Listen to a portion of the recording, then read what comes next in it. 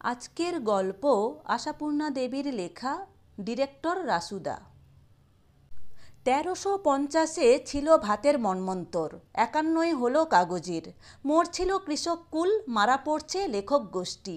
কিন্তু বেশি মারাত্মক কোনটা? পেপার কন্ট্রোলের কফিনে চড়ে আজ কবরে যাচ্ছে শিক্ষা, সভ্যতা, কৃষ্টি, উৎকর্ষ, এক কথায় মানবের মানবত্ব। অথচ প্রতিকারের চেষ্টা নেই। বিধাতার অপ্রতিবিধেয় বিধির মতোই মাথা পেতে নিতে হবে। অমোঘ তোমার দণ্ড, কঠিন বিধান। ভাতের দুর্ভিক্ষে নিতান্ত নিকৃষ্ট নির্লজ্জ যে উদ্রিক খুঁত, তার জন্য আর অন্ত ছিল না লোকের। কত ক্যান্টিন আর লঙ্গরখানা, রিলিফ কমিটি আর দুস্থ ত্রাণ, কিন্তু আত্মিক ক্ষুধার, সাদা বাংলায় যাকে বলে গ্রেট হাঙ্গার, তার জন্যে কাগজ রিক্ত পৃথিবীর ভবিষ্যৎ চেহারা কি? একটি বিশাল উদর আর একটি বিরাট হাঁ, শুধু এই। চমকাইয়া দেখি আমাদের রাসুদা পিছন থেকে নিঃশব্দে কখন আসিয়া আমার লেখার উপর ঝুঁকিয়া পড়িয়া ফেলিয়াছেন। মন্তব্যটি তাহারই ফল। ঠিক তাই, বুঝলে রাসুদা, যা বলেছ। আর সেই বিরাট হাঁ গ্রাস করবে দুনিয়ার সমস্ত উপসত্য।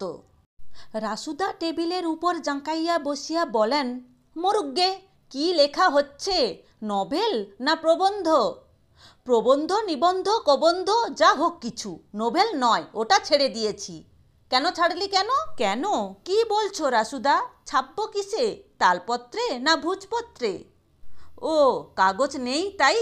এক কাজ কর না, সিনেমা স্টোরি লেখ, নামও হবে, দামও পাবি, অথচ কাগজ লাগবে না। হাসিয়া বলিলাম, লিখব বললেই কি লেখা হয় রাসুদা? ওর প্লট আলাদা, টেকনিক আলাদা, ডায়লগ আলাদা। রাসুদা একটি তাচ্ছিল্যসূচক মুখভঙ্গি করিলেন। ফোহ, ঘোড়ার ডিম আলাদা, কাঁচকলা আলাদা। একটা মেয়ে আর একটা ছেলে, এই তো। হয় মেয়েটা গরিব, ছেলেটা রাজপুত্তুর, নয় ছেলেটা ভ্যাগাবন্ড, মেয়েটা রাজকন্যা। ব্যাস, গোড়ায় প্রেম, মাঝখানে ছাড়াছাড়ি, শেষকালে মিলন, এই তো। আর কি চাই হাতি ঘোড়া? বেশ, বুঝলাম মূল কাহিনী এই, কিন্তু ধুত্তর তোর টেকনিক। প্রথমে মেয়েটাকে আর ছেলেটাকে বাগানে ছেড়ে দিবি, দুজনে ডুয়েট গান গোটা ২-৩ গাইবে, গাছের ডাল ভাঙবে, ফুল ছিঁড়বে, ব্যাস প্রেমের বনেত গাঁথা হয়ে গেল। কিন্তু খবরদার, গরিবের মেয়ে বলে যে হিরোইনকে ন্যাকড়া পরিয়ে রাখবি, তা চলবে না। শাড়ি, ব্লাউজ, কানপাশা হরদম বদলাতে হবে নতুন ডিজাইনের, নইলে কেউ তোর নাটকের হিরোইন হতে চাইবে না।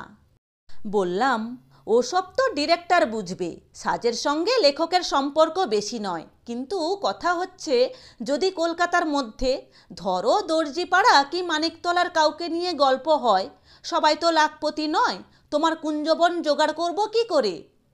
ফুহ, জোগাড় করবে স্টুডিও, তোর কি? ও নইলে অচল। এরপর একটা বদরাগী বাপ দে, একটা অ্যারিস্টোকেট মা দে, তাঁদের প্রবল দাপটে প্রেমকলি অকালে শুকায়। অতঃপর অনেক বাধা, অনেক বিপত্তি, সেগুলো মাথা খাটিয়ে লিখে দিবি গোটা কতক। হ্যাঁ, তার মধ্যে হিরোইনের থাকবে একটা ন্যাকা মার্কা ছোট ভাই, আর হিরোর একটি ইউনিক মার্কা চাকর, তোতলা, কালা কি বাঙাল হলে আরও ভালো হয়। এছাড়া একটা দজ্জাল পিসি, ২-১টা কুচুটে পাড়াপড়শি গুঁজে দিবি ফাঁকে ফোন দিতে। দিতেই হবে এসব? নিশ্চয়ই, নইলে জমবে কেন? প্রেম কি অমনি দানা বাঁধে রে?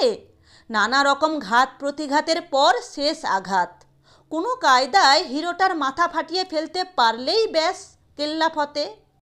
রুদ্ধশ্বাস হইয়া শুনিতেছিলাম। চমকাইয়া বলি, ও কি রাসুদা, মাথা ফাটাবো কি হিরোর? রাসুদা নির্লিপ্তভাবে সিগারেটে ধোঁয়া ছাড়িয়া বলেন, তবে না তো কি আমার? সেকেলে আমলের শুধু বুক ফাটাফাটি দিয়ে আর চলে না রে, মাথা ফাটানো চাই, ও নইলে অচল। তাই তো রাসুদা, ভাবিয়ে তুললে যে। ধরো যদি নায়কটি কুলীন ব্রাহ্মণের ছেলে হয়। রাসুদা শাসর্যে বলেন, তাতে কি? অনর্থক ব্রহ্মরক্তপাত। রাসুদা ঠাস করিয়া একটা চাঁটি বসাইয়া দেন। না, আমাকে নয়, টেবিলে। Damn your sentiment. তাই যদি ভয়, বামুনের ছেলে হবেই বা কেন? তোরই হাতে তো, তেলি তাঁতি যা হয় হোক না। আর খুন করতে বলছি না তো, শুধু মাথাটা ব্যাবাক খানিকটা ফাঁক করে দেওয়া।